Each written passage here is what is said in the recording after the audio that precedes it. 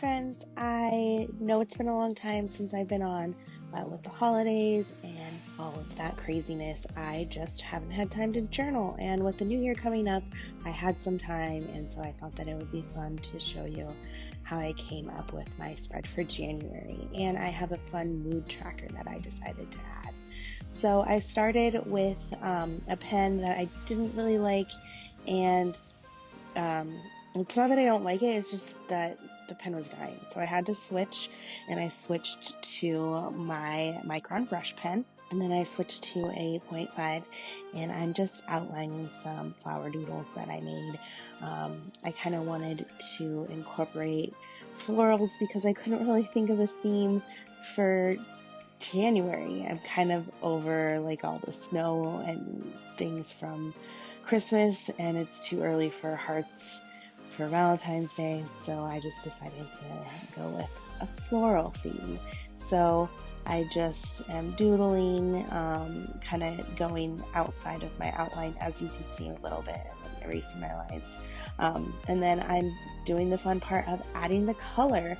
And so I won this planner, and it's Archer and Olive, and I was so excited to use it because the pages are super thick and it can withstand watercolor, and it does a really good job. It just took a little finagling to kind of see what worked and what didn't.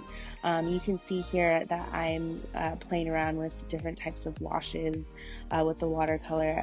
I tend to like to add water and then add the pigment, and then just sort of have the pigment kind of bleed in with the water and play with it that way. But the way that this paper is, you can't really do that. It's kind of like hard press paper, if you have ever experimented with that, rather than the cold pressed paper that a lot of people are used to when they think of watercolor paper.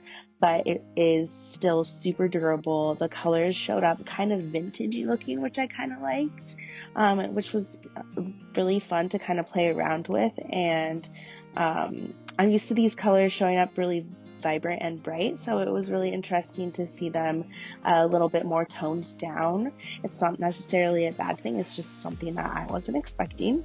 So there's my spread for January. I'm planning on adding to it as the month continues.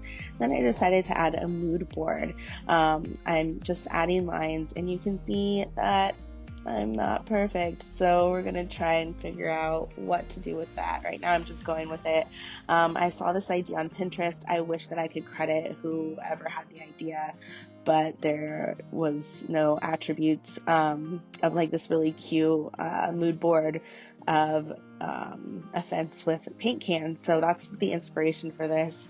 I went through with my ruler and decided that one, my lines weren't straight, and I wanted them to be a little bit thicker so they had a little bit more of an impact. So I went back through and went back over those, and you can see I need to work on filming because you don't want to see my messy hair when I'm showing you how I make my journal. So yeah, I'm just going over the lines, and that's all that is. Adding the days of the month, and then this is me attempting to doodle a person. I've had a lot of requests for custom paintings with people, and I don't feel comfortable drawing people yet, so here's a good place to start. And then with this extra piece over here, I tried to make a ladder. I didn't like how that turned out, so that's gonna go away. But there's my little doodle of a girl. Those paint cans are gonna signify the moods of the month, and then I'm probably gonna add some other doodles. So make sure you check back for mid-month and end of the month to see how everything turns out. But yeah, that's the start of my bullet journal for the year. And make sure you check back for all the fun things that I have planned for us.